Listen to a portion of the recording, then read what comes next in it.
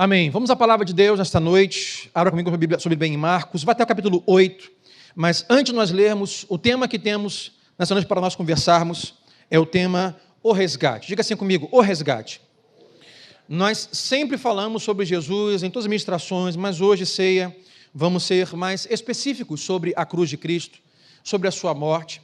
Embora nós sempre falemos, e de fato precisamos falar, precisamos lembrar, celebrar a ressurreição de Cristo, mas nós precisamos falar de sua morte.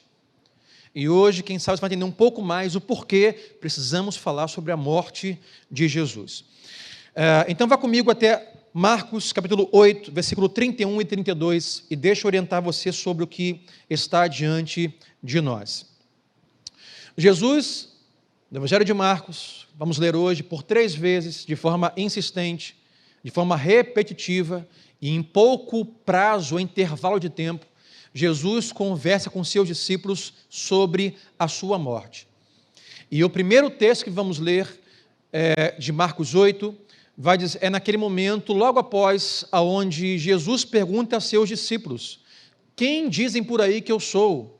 Então os discípulos são perguntados e Pedro vai dizer: Senhor, tu és o Cristo, o Filho do Deus vivo.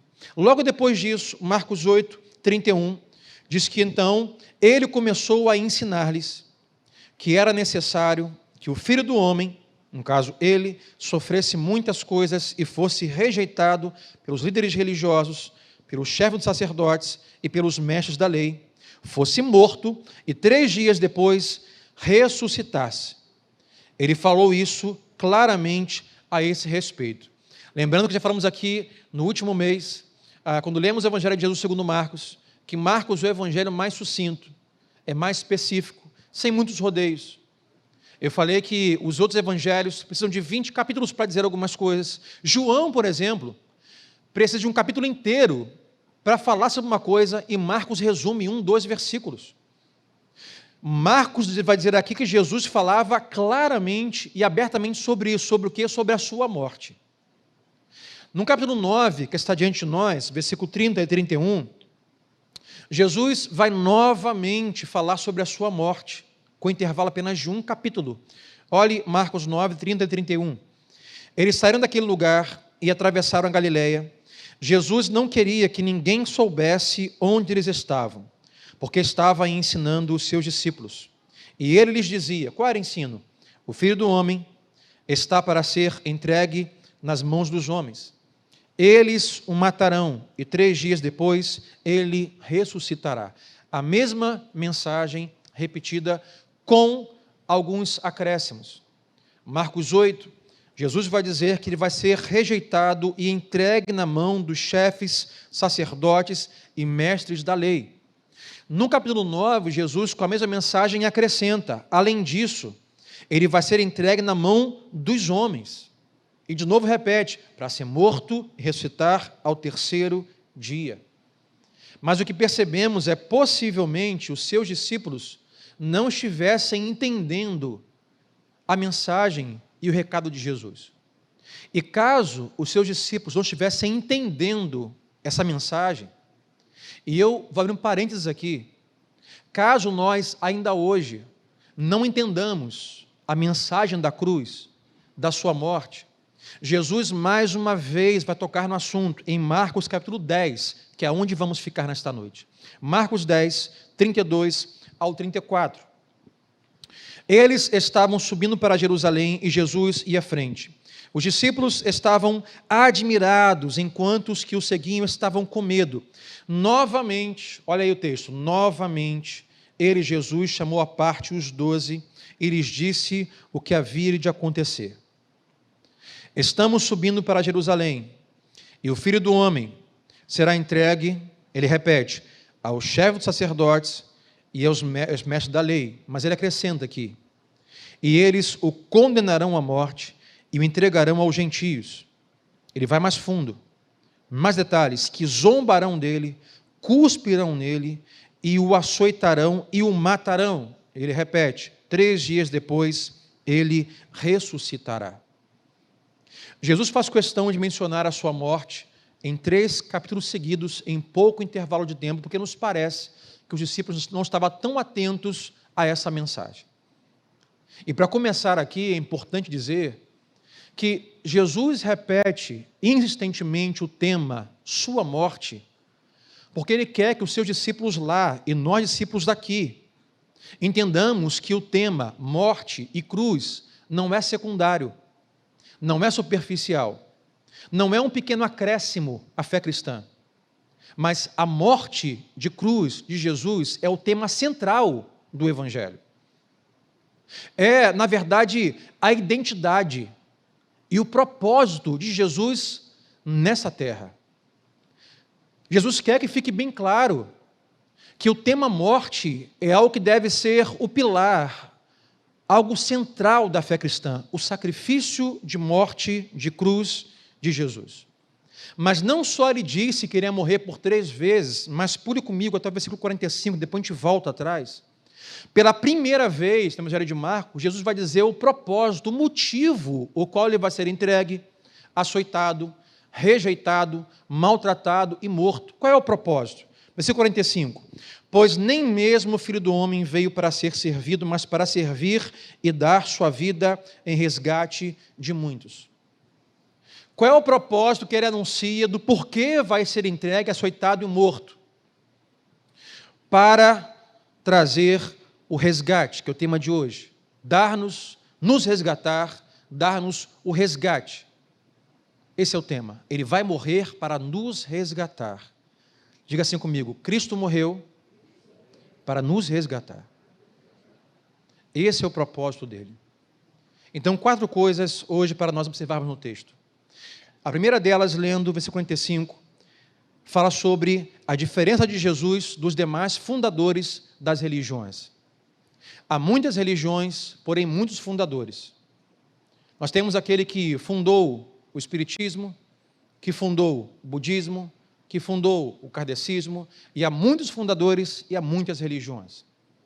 Mas quando lemos um texto como esse, o qual o centro da fé cristã é a morte, o sacrifício do seu fundador Jesus, nos traz uma diferença ou uma não comparação de Jesus com os demais. Por quê? Vamos olhar o versículo 45. Primeira coisa, fala sobre a sua pré-existência.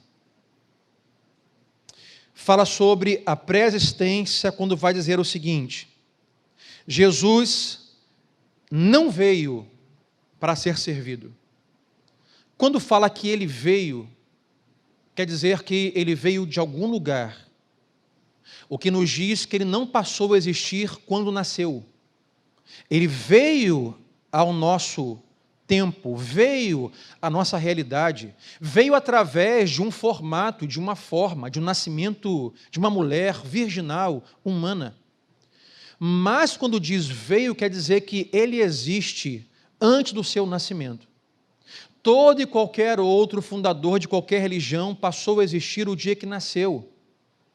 Jesus deixou a sua glória, aquele que estava na criação, ele era o verbo vivo, vai dizer o apóstolo João, a palavra, a vida, a palavra, o verbo vivo encarnado é Cristo desde a fundação do mundo. Ele existe antes do seu nascimento.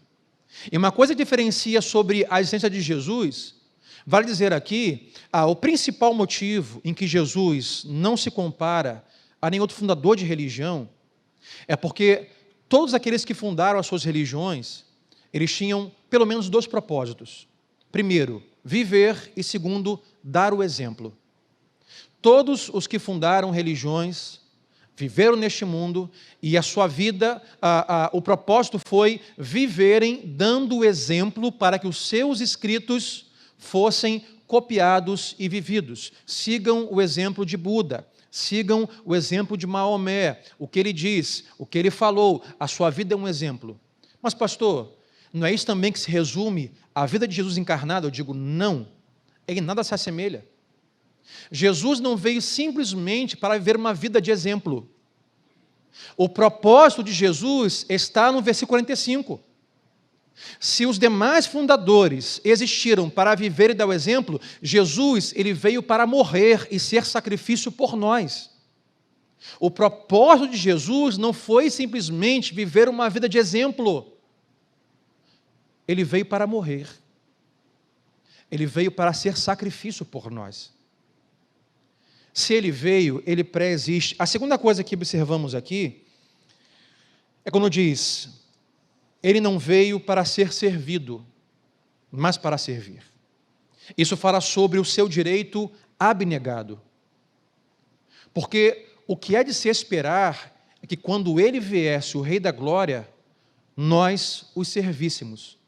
Como ele disse, o Filho do Homem veio não para ser servido. Sabe por que diz isso? Porque o que se espera é que seja servido.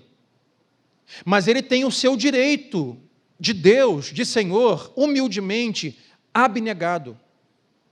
Ele abre mão do seu direito, da sua glória. Paulo vai dizer, esvaziou-se, humilhou-se em figura humana.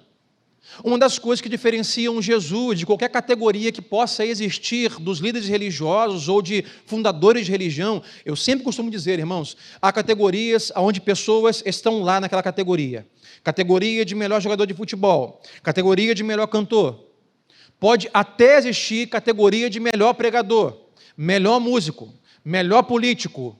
Será que tem? Não sei. Categoria de melhor alguma coisa. A categoria de melhor fundador de religião.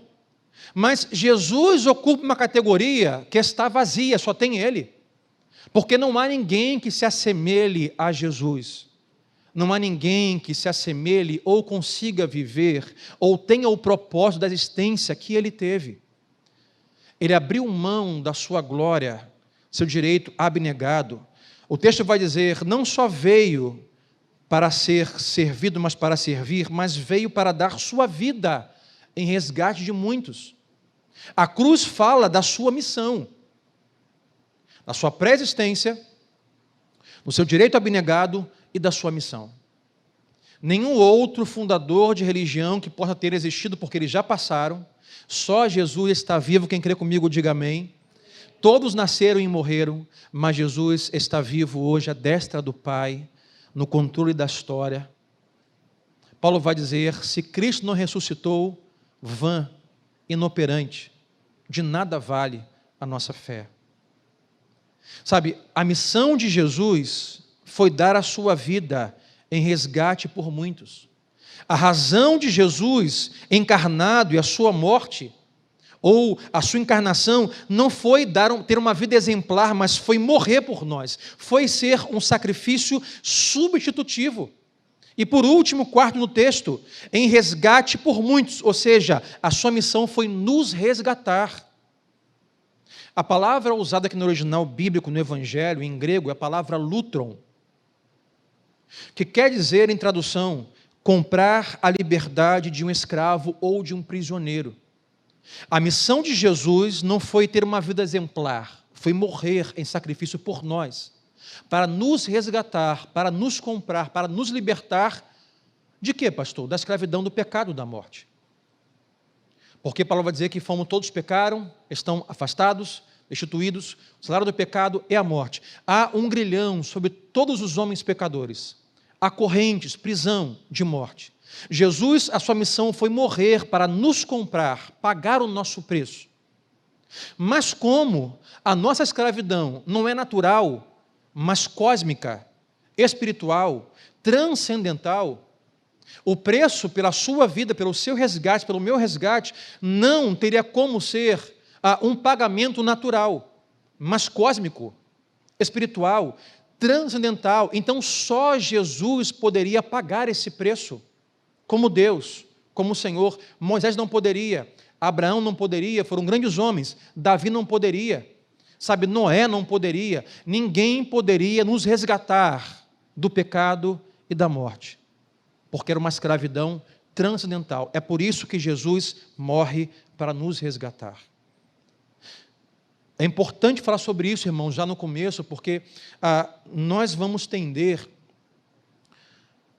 a, quem sabe, nos distrairmos e perdemos a ideia da fé que está diante de nós, a fé cristã, o qual o seu fundador, o seu Senhor, o seu mestre é Jesus.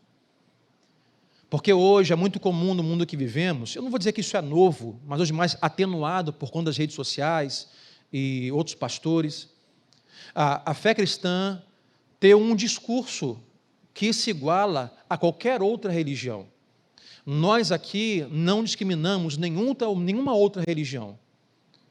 Nós respeitamos o catolicismo, respeitamos o espiritismo, respeitamos as religiões, a natureza africana.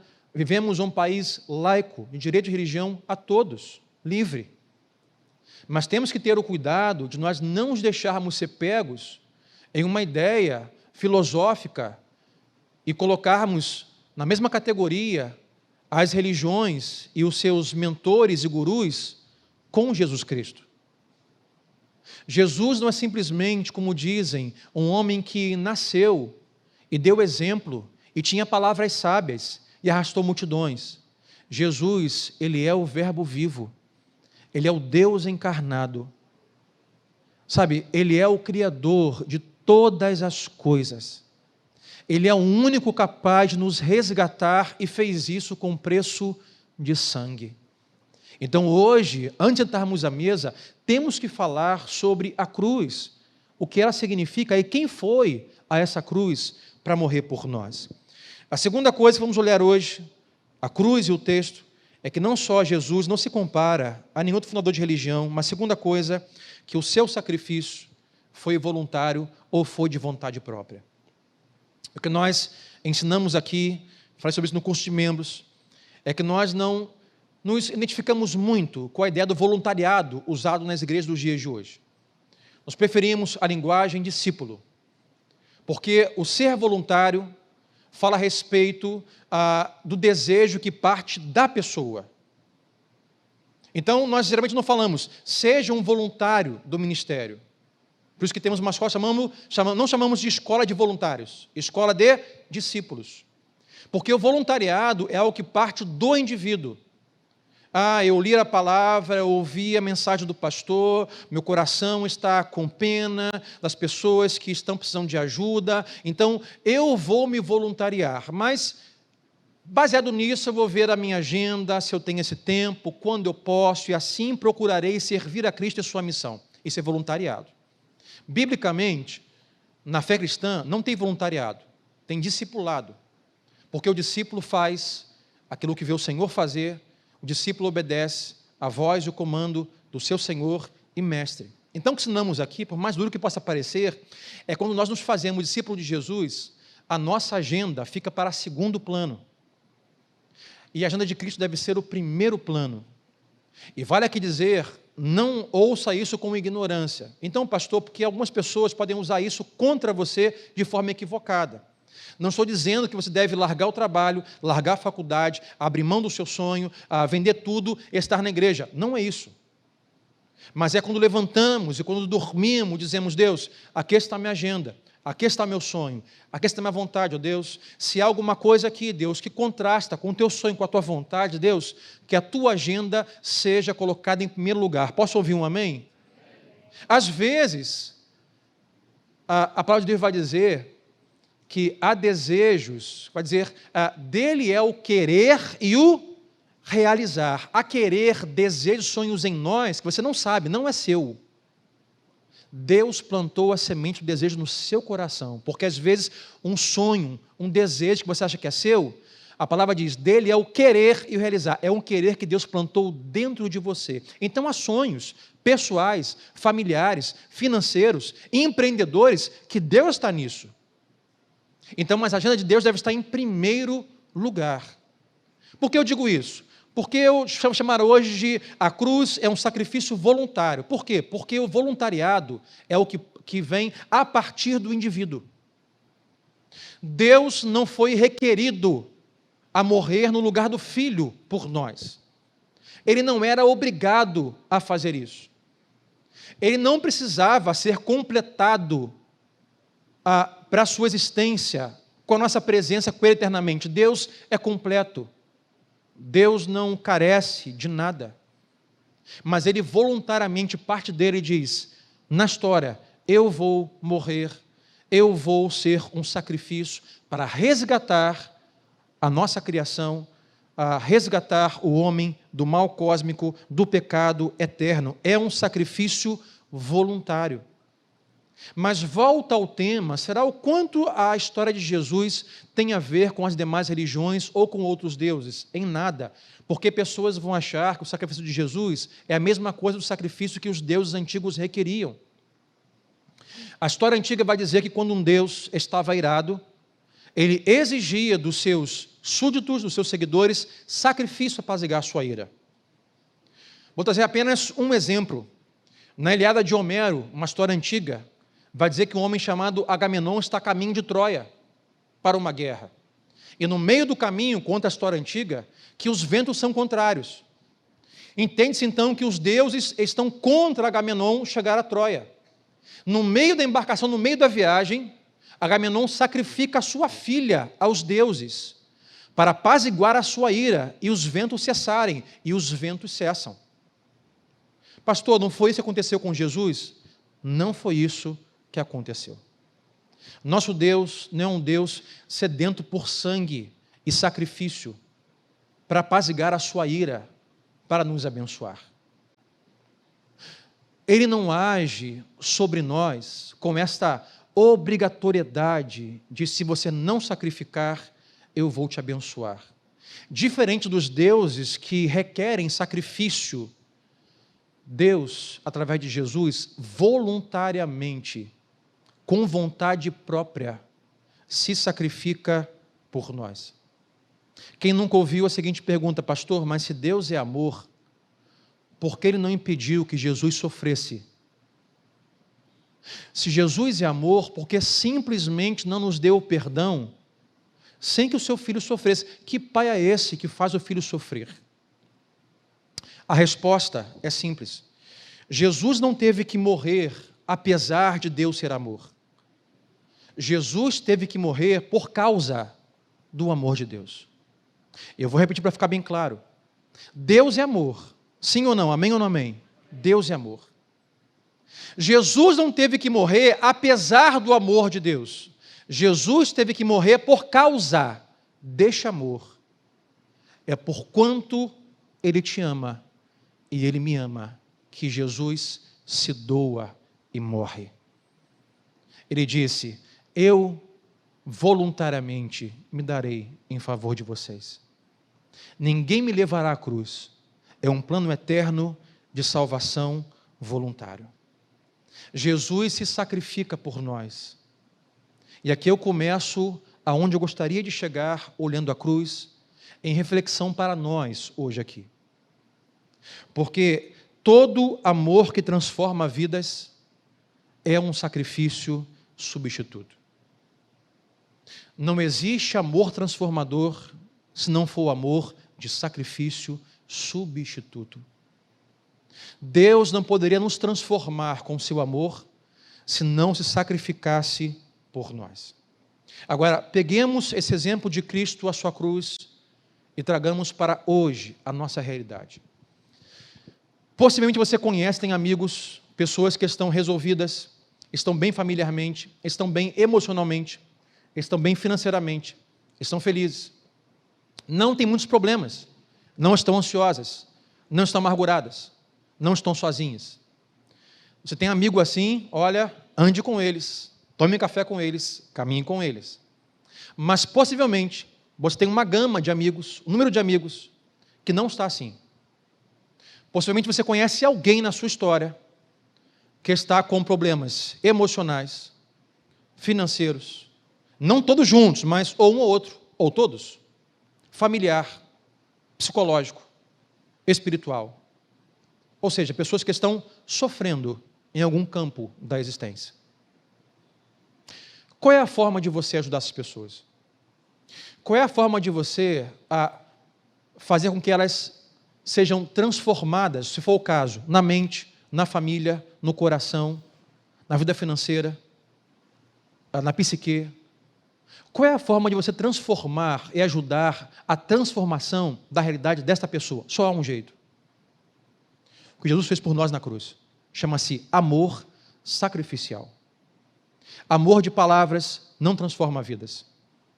Amor sem ações não transforma vidas. Amor sem sacrifício não transforma vidas. Jesus na cruz levou a dor que era sua, a dor que era minha. Jesus na cruz levou o sofrimento que era seu, que era meu. O castigo que nos traz a paz estava sobre ele, e pelas suas pisaduras fomos sarados, fomos curados, fomos libertos.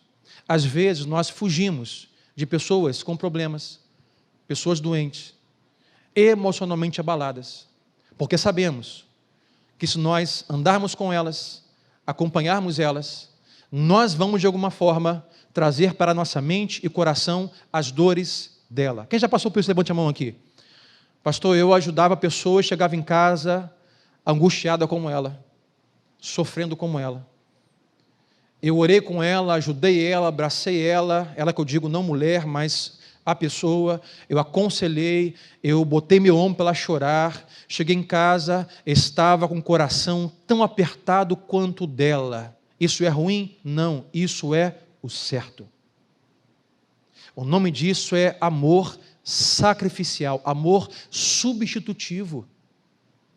Há muitas pessoas, quem sabe hoje aqui, que estão sofrendo e não conseguem encontrar alguém que sinta a sua dor, que chore o seu choro e a sua lágrima.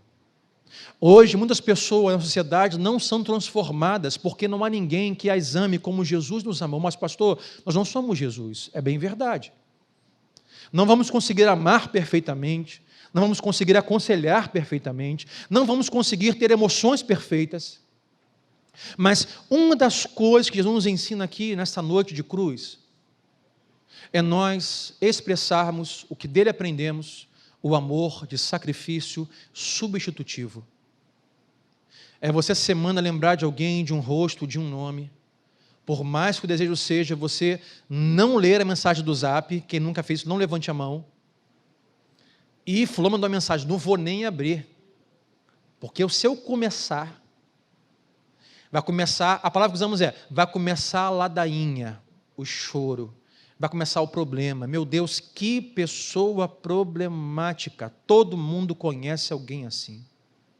Mas sabe qual a única forma de recompensá-las, de recuperá-las, de levantá-las? É através do amor que vai nos custar algo. Vai custar as nossas emoções, a nossa mente, algumas vezes a agenda, o sono, a alegria, o coração, mas foi isso que Jesus fez por nós. E é isso que a cruz nos ensina. Talvez, por isso Jesus tem que ensinar aos discípulos muitas e muitas outras vezes. Ou que falar do exemplo da paternidade. Os pais que, pelo menos por 20 anos, se sacrificam em amor pelos filhos. Quem é pai que está comigo, levante a mão nesta noite. Sacrificam pelos filhos. Sacrificam o que gostariam de comer, o lugar que gostariam de ir, porque um amor sacrificial vão decidir em amor sacrificial pelos filhos. Pagar o colégio. As mães, é interessante, as mães, né, lá em casa, eu sou pai, então comigo não tem essa, gente.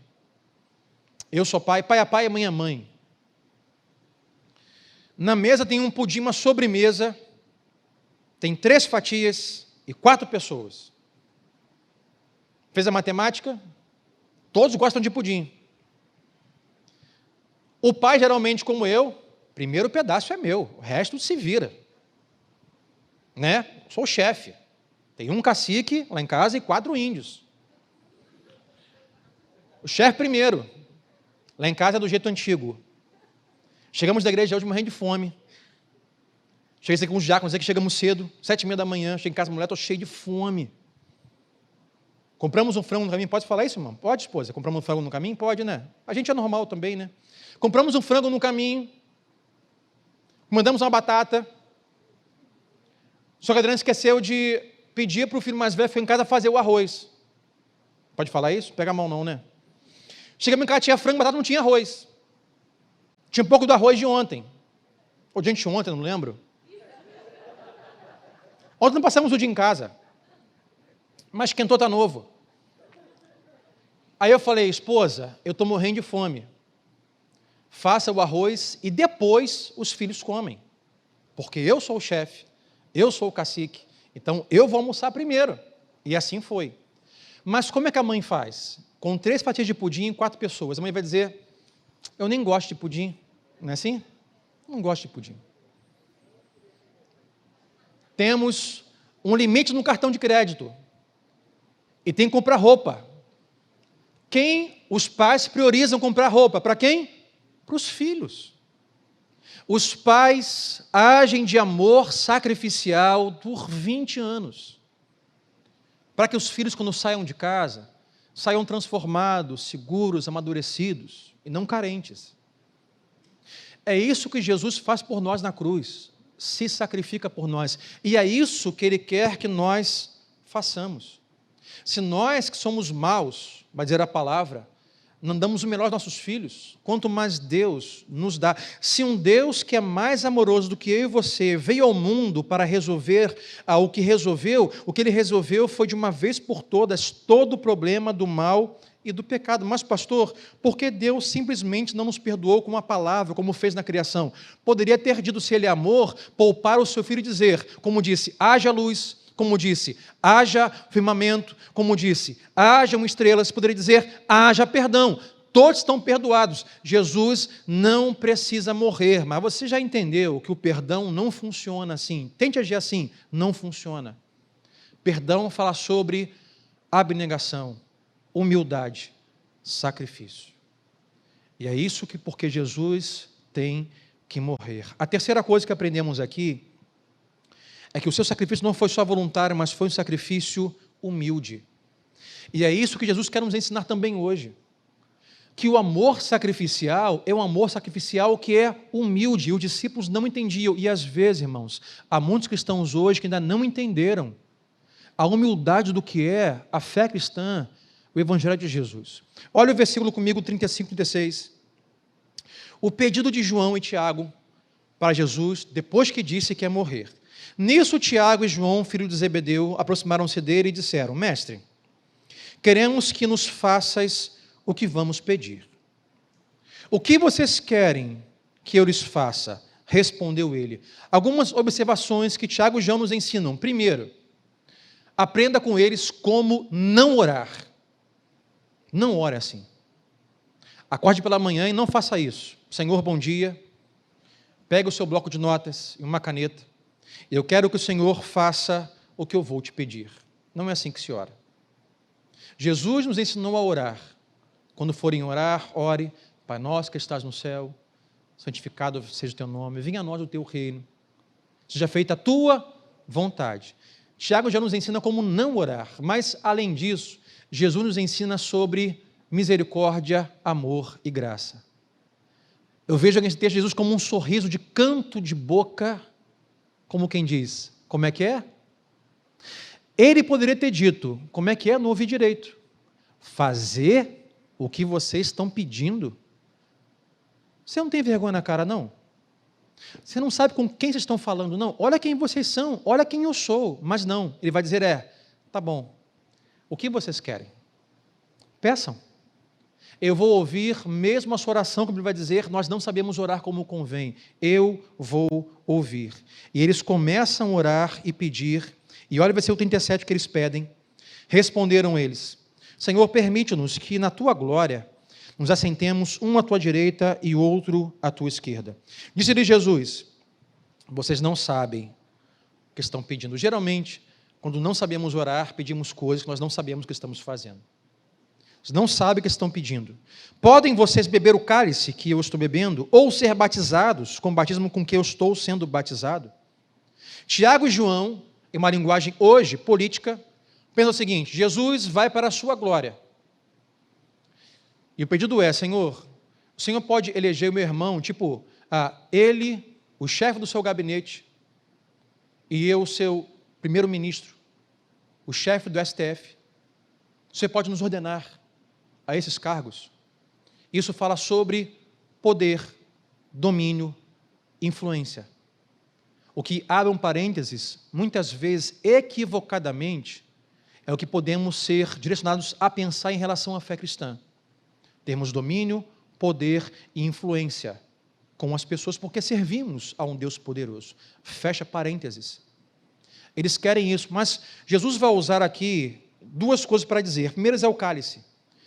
podem vocês beber o cálice que eu vou beber? O cálice fala sobre o justo juízo de Deus contra o mal. Quando nós bebemos hoje o cálice, é o cálice lembrando na memória o cálice amargo que Jesus bebeu por nós na cruz. Jesus diz, vocês não podem beber esse cálice. Eu beberei por vocês, mas diz assim, vocês também não podem ser batizados com esse batismo. O que é o batismo? É uma imersão intensa na morte. 25 de outubro, batismo nas águas. As pessoas vão às águas do batismo e a simbologia, a experiência, a representatividade aqui figurada é, quando vamos às águas do batismo, estamos simbolizando a morte, a imersão é a morte da velha natureza. Quando levantamos das águas, é o nascimento de uma nova natureza. Jesus diz, vocês não têm condições de beber o cálice do juízo de Deus contra o mal, e vocês não podem ser imersos nesta morte para trazer salvação e libertação. Jesus diz, eu vou pagar o resgate por vocês, lembrando um resgate humilde, um resgate voluntário, um resgate sacrificial. Eu vou arcar com um justo julgamento pelo mal do homem e serei imerso na condenação de morte para que vocês sejam libertos. Mas perceba que eles não compreendem ainda. Olha o versículo 38 em diante. Disse-lhe Jesus mais uma vez, repetindo, vocês não sabem o que estão pedindo. Podem vocês beber o cálice que eu estou bebendo ou ser batizados com o batismo com que eu estou sendo batizado? Podemos, responderam eles. Jesus lhes disse, vocês beberão o cálice que estou bebendo e serão batizados com o batismo com que estou sendo batizado. Mas o assentar-se à minha direita ou à minha esquerda não cabe a mim conceder. Esses lugares pertencem àqueles para quem foram preparados. Lembrando que eles disseram, Senhor, na tua glória, permita-nos estar um à sua direita e à sua esquerda. Qual foi o momento de maior glória manifesta e encarnada de Jesus nesse mundo por nós? A cruz. Não foi o milagre operado. A maior manifestação da glória de Deus foi a cruz do Calvário. E já estava ocupado o lugar à sua direita e à sua esquerda, de 2 ladrões que estavam lá. Continua. Quando os outros 10 ouviram essas coisas, ficaram indignados com Tiago e João. Jesus chamou no canto e disse, vocês sabem que aqueles que são considerados governantes das nações, as dominam. E as pessoas importantes exercem poder sobre elas. Olha o que ele diz. Não será assim entre vocês. Pelo contrário, o oposto. Quem quiser tornar-se importante entre vocês deverá ser servo. E quem quiser ser o primeiro deverá ser escravo de todos. E o texto que lemos, pois nem mesmo quer dizer, nem mesmo aquele que tinha o direito de ser servido, veio para ser servido, mas para servir e dar sua vida em resgate de muitos. Tiago e João tinham dificuldade de compreender a magnitude do que a cruz significa: humildade, amor e serviço. Jesus dá o recado aos seus discípulos, chama os 12 no canto, com o testemunho de João e Tiago, e vai dizer, gente, os governantes deste mundo dominam as nações, dominam as pessoas. O que Jesus quer dizer o poder, a riqueza, segundo este mundo, trará influência e domínio sobre as pessoas. Ele vai dizer, no entanto, mas, porém, com vocês não deverá ser assim. Vocês não devem agir de influência, transformação, relacionamento com o pensamento de poder, riqueza, bens, seguidores, curtidas, com o fim de dominar, influenciar as pessoas. Vocês devem agir de forma contrária, oposta.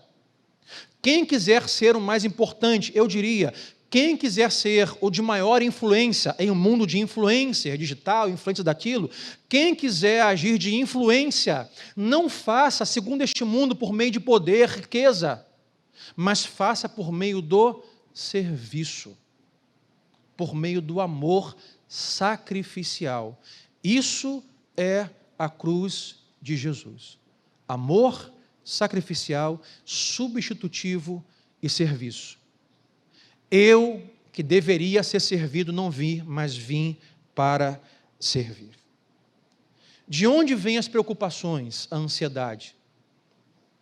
A preocupação constante é uma luta contra o cuidado de Deus, que vai dizer assim, entre linhas: Senhor, eu sei o que é melhor para mim, eu tenho um plano, mas não está acontecendo, acho que o Senhor não está entendendo o que eu preciso. Aí ficamos preocupados e ansiosos. É o nosso coração sempre lutando para nós sermos o alvo, nós sermos os beneficiários, assim como Tiago e João. Irmãos, vou abrir aqui um parênteses.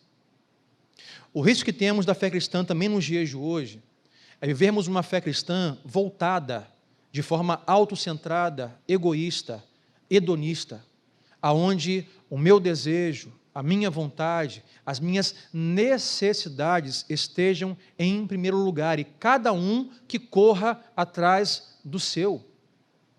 Pastor, o sol nasce para todos, que todos busquem a sua sombra. Isso é o pensamento de Tiago e João. Entre os 12, ele diz: Senhor, os 10 eu não sei, mas nós queremos garantias. E eles ficam chateados. E Jesus ensina: com vocês não deverá ser assim.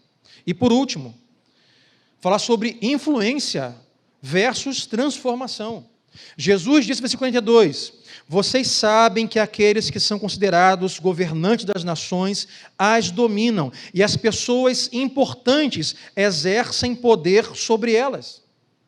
Jesus diz, a maioria das pessoas tentam influenciar pessoas e a sociedade com o fim de conseguirem o que quer. Na política, trabalham para no final conseguir o que quer. Na cultura, trabalham para conseguir o que quer. As pessoas acreditam que se tiverem mais poder, mais riqueza, mais contato, mais relacionamentos, elas vão conseguir o que querem. A Jesus vai dizer, versículo 43 em diante, não será assim entre vocês, pelo contrário, quem quiser tornar-se importante entre vocês deverá ser servo, e quem quiser ser o primeiro deverá ser o escravo de todos.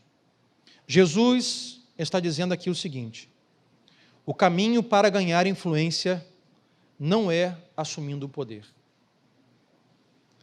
A influência ganha por meio do poder e controle, não transforma a sociedade e nem muda os corações. Porque hoje a sociedade, a população, as pessoas continuam sem transformação na educação, na saúde, na higiene pessoal, na segurança.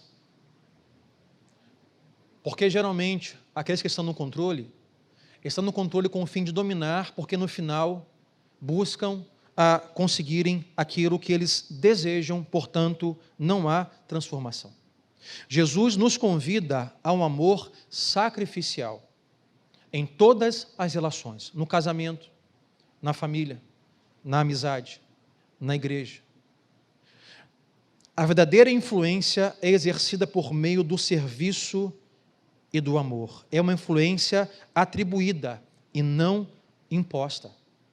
Eu vou lembrar aqui um texto de Jeremias 29, 7. Abra comigo Jeremias 29, 7. Jeremias é um contemporâneo de Daniel na Babilônia. Deus já havia falado que o povo permaneceria ali por 70 anos escravo. Aí alguns falsos profetas se levantaram dizendo, gente, calma aí, se alegre, arruma as coisas, arruma a casa, faz a mala, o tempo do cativeiro está acabando. Deus manda Jeremias para dizer, olha, diga para o povo que não foi eu que mandei esses caras, eles são mentirosos, serão 70 anos, eu os coloquei aí, não vou adiantar o tempo, não vou me precipitar, não vou remir o tempo. Olha, dê os filhos de vocês em casamento, façam uma horta, construam casas, coloquem a rede, deite, 70 anos e pronto. Mas aí Deus vai dar a palavra por Jeremias ao povo que estava cativo na Babilônia. Olha o que o texto vai dizer, Jeremias 29, 7. Deus diz, busquem a prosperidade da cidade para a qual eu os deportei e orem ao Senhor em favor dela, porque a prosperidade de vocês depende da prosperidade dela. Isso parece surreal, parece loucura. O povo está na Babilônia, oprimido, cativo, preso, com pessoas que odeiam a sua fé, que não falam a sua língua. O que há de se esperar é o quê? Panelaço. Vamos sair por aí e quebrar vidraças, assaltar bancos, roubar lojas, porque esse povo não quer o nosso bem, ele não é o nosso povo, nossa nação, somos cativos. Sabe o que Deus diz? Eu quero que vocês orem pela cidade, quero que vocês busquem a prosperidade da cidade. Sabe o que é isso? Que vocês amem a cidade e as pessoas que te perseguem com um amor que vai requerer de vocês sacrifício. Sacrifício emocional, sacrifício físico, sacrifício financeiro. Abra aqui um parênteses, estamos em época de eleições, prefeitura, vereador e mais alguma coisa que eu não lembro. Hoje estamos discutindo sobre esquerda e direita. Somos contra Bolsonaro, pró-Bolsonaro.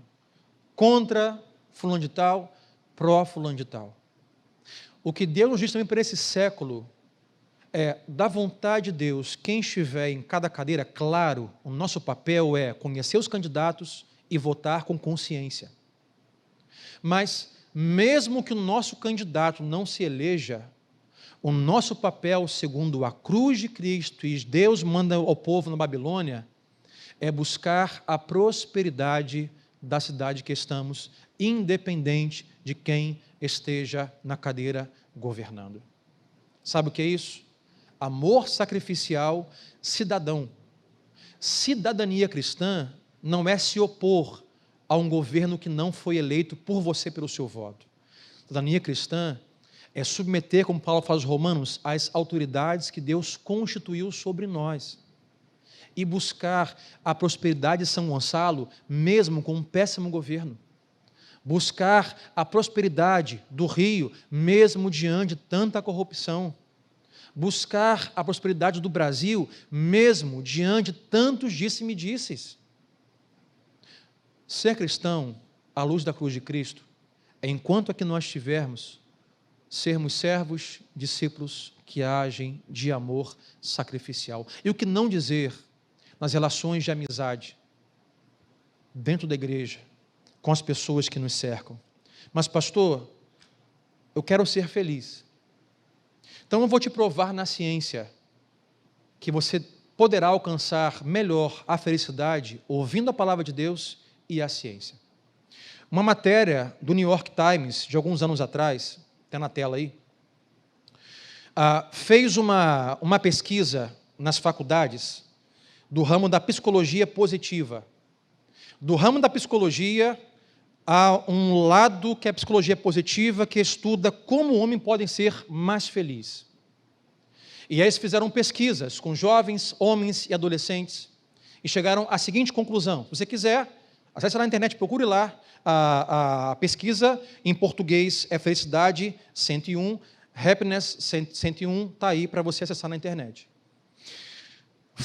Chegaram a essa conclusão: as pessoas que buscam prazer, realização, bem-estar, felicidade, por conta de buscarem prazer em coisas, adquirirem coisas, comprarem coisas, trocarem de carro, comprar casa nova, elas até se tornam pessoas felizes, mas ficam viciadas e tudo que tem, em um tempo, passa a ser obsoleto e querem ter mais e nunca cessa e nunca ficam completamente felizes e realizadas. Contraponto, a pesquisa revela que quando nós servimos, ajudamos pessoas, doamos, abraçamos, compartilhamos, alimentamos, compartilhamos o que temos e a vida, há um senso de bem-estar que invade nosso coração, há um senso de propósito de vida, que a pesquisa diz que conseguimos ir para casa, botar a cabeça num travesseiro, mesmo sem uma TV 8K na sala, mesmo sem uma geladeira com um freezer embaixo, e nos sentimos felizes, realizados, porque servimos, porque ajudamos, porque amamos. A ciência comprova o que Jesus nos convida a fazer: amar, servir. Agora, tanto a psicologia quanto a religião vão nos frustrar se nós buscarmos felicidade como nós, pessoas no centro. A psicologia vai dizer: olha, tudo está em você que você precisa para ser feliz. Então tenha coragem, adquira, faça isso, dê esse passo. Você vai descobrir que enquanto você for o centro, você for o alvo, você não vai estar completamente feliz e realizado, nada vai te bastar. Mas a religião também nos engana, porque há pessoas que vão pensar assim: bom, eu vou trazer o quilo que é para trazer hoje, vou trazer a cesta básica, o cobertor, eu vou doar. Mas pessoas fazem isso e no final o centro não é o outro, são eles. Vou fazer isso porque isso vai me trazer felicidade. Isso vai me trazer as bênçãos de Deus, e Deus vai abençoar por eu compartilhar e partir o pão. Isso vai te frustrar. A psicologia e a religião te enganam. O que Jesus nos ensina é: tenha como centro o próximo, o outro. Quando for necessário, sacrifique o seu tempo, as suas lágrimas, o seu abraço, a sua oração, o seu dinheiro. Ame, sirva, tenha um senso de propósito de existência. Deus não nos colocou sozinhos nesta terra. Deus nos deu família, amigos, irmãos e pessoas. Se você puder, olha ao seu redor nessa noite, olha aí, tem alguém do seu lado, e diga assim para ele e para ela: você foi criado por Deus com a mesma imagem e semelhança que eu fui criado. Porque hoje a sociedade perece, famílias choram e sofrem, porque pessoas estão sofrendo, sem comida, sem ajuda, sem cobertor, porque a raça humana em seu pecado está em busca de felicidade autocentrada. Então hoje, irmãos, à luz do que lemos para nós ceiarmos, quando pegamos o pão e o cálice, não só temos que lembrar de um sacrifício que nos beneficia, mas perceber um sacrifício de alguém que se negou para nós sermos beneficiados e nos convida, algumas vezes sim, nós nos sacrificarmos para servirmos as pessoas. Assim será melhor o mundo, o país, a sociedade. Corremos o risco hoje, em um evangelho de vitória, de nós nos perdermos na missão de Jesus. Entrarmos em um caminho de vida cristã, como os muitos têm ensinado, é só vitória, é só vitória. Se você for crente, é só vitória. Deus vai te honrar, Deus vai te exaltar. Você andava de bicicleta, agora vai voar. Andava de Fiat Uno, vai andar de Corolla. Estava doente, você vai ser curado. Tudo isso Deus pode fazer e eu creio. Voar, eu creio que não. Mas esse não é o centro da fé cristã. O centro da fé cristã é morte, humildade, sacrifício, amor e serviço. Esse é o evangelho do nosso Senhor Jesus. Se vamos ouvir hoje, como as religiões ouvem os conselhos do seu mestre, nós temos o melhor mestre que poderia existir. Ele hoje nos diz: quando pegar o pão e o cálice, se lembre do que eu fiz por você, siga o meu exemplo e haja assim. Influência que transforma as pessoas é através do amor que tem sacrifício. Por último, para nós refletirmos, Telão me ajude, não tenho anotado aqui, a pergunta que fazemos é: como nos tornamos pessoas abnegadas e humildes? Pastor, como nos tornamos pessoas desse mundo abnegadas e humildes? Duas coisas. A primeira delas: procurando fora de nós e da religião, olhando para Jesus. Você lerá bons livros, terá bons conceitos, a religião vai colocar sobre vocês várias regras, mas tudo isso uma hora vai falhar. O que precisamos não está dentro de nós, está fora de nós, que na cruz do Calvário, com o seu sangue, morre por nós, e dele agora é colocado com o seu Espírito dentro de nós. Não há nada em nossa natureza que nos faça ser pessoas abnegadas e humildes. A segunda coisa, compreendendo de fato o significado da cruz de Cristo. Não é simplesmente vitória, embora seja, sobre a morte. Não é simplesmente salvação, e o é pelo sangue de Cristo, mas é humildade, é doação, é sacrifício, é amor e serviço. Fiquemos de pé, vamos orar essa noite em nome de Jesus, antes de nós ceiarmos. E a minha expectativa é que na semana Deus traga à sua mente e memória pessoas, nomes, rostos, fisionomias, esbarrões na rua, porque é assim que Deus faz. Nós, às vezes, perguntamos assim: Senhor, onde o Senhor está? Que o Senhor não traz para a minha vida oportunidades, momentos. Meu irmão, abre os seus olhos. A todo momento, Deus está em movimento, trazendo ao seu encontro a vontade dEle. Quando pregamos aqui um tempo atrás, anos atrás, nós não precisamos correr atrás da vontade de Deus. A vontade de Deus nos encontra. Encontrou a todos na palavra. A vontade de Deus te encontra em uma caminhada na rua, em um telefonema, no grupo do Zap, num café.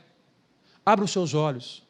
Deus vai colocar essa semana, eu creio, no seu caminho, pessoas que vão requerer de você amor, sacrifício, humildade, porque é a única forma de vidas serem transformadas.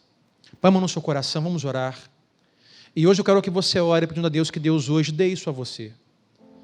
Ore e diga assim: Deus, faz da minha vida uma vida, Senhor, abnegada e humilde. Deus, dá-me o amor de Cristo para com as pessoas que fazem parte da minha história.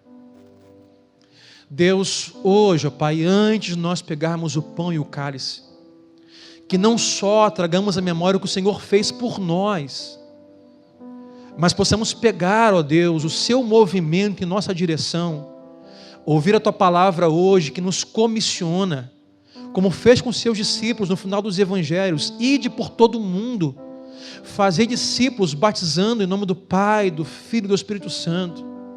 O Senhor nos ensinou, ó Deus, a não ficarmos parados, mas nós nos movermos em direção às pessoas, como agente de transformação na história, pela Tua palavra. Deus, quantos amigos nossos, quantas pessoas que conhecemos, estão sofrendo em sua alma de dor, em sua mente confusa, em sua família, ó Deus, com conflitos, aguardando a transformação que vem do Teu Espírito. Mas, Pai, não chega, porque muitas vezes nós não queremos nos sacrificar, nós não queremos sentir a dor, nós não queremos sofrer. Estamos tão preocupados, ó Deus, em encontrar a nossa felicidade e não entendemos que a maior felicidade é ver ao Teu agir transformando o coração e vida de pessoas. A maior alegria é ver o Evangelho de Jesus ainda hoje operando com poder e glória.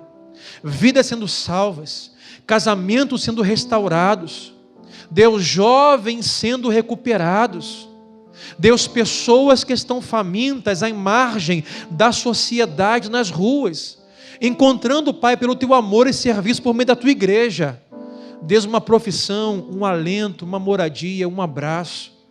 Deus, nos conduza hoje como a Tua igreja, Pai, entendendo que a cruz não só fala do que o Senhor fez por nós, mas, Senhor, aprendemos o que o Senhor nos comissiona a fazer pelos outros. Dá-nos, Senhor, este amor sacrificial para as pessoas que estão ao nosso redor, ó Pai.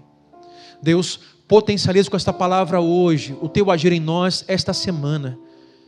Perdoa os nossos pecados, ó Deus, quando nós nos isolamos, quando nós trancamos a porta, Deus, e fugimos, ó Deus, dos problemas das pessoas. Nos ajude, ó Pai, mesmo que isso nos custe, para a Tua glória, Senhor. Podemos ver nomes de pessoas sendo escritos no livro da vida, casais, Senhor, destruídos, sendo recuperados para a Tua glória, Senhor. Isso vai nos custar, ó Pai. Mas, Deus, quando o Senhor voltar, nada mais disso precisará ser feito. Mas aqui, ó Pai, é tempo de servirmos e amarmos. É assim que pedimos, Deus, e oramos. Em nome de Jesus, todos digam amém e amém.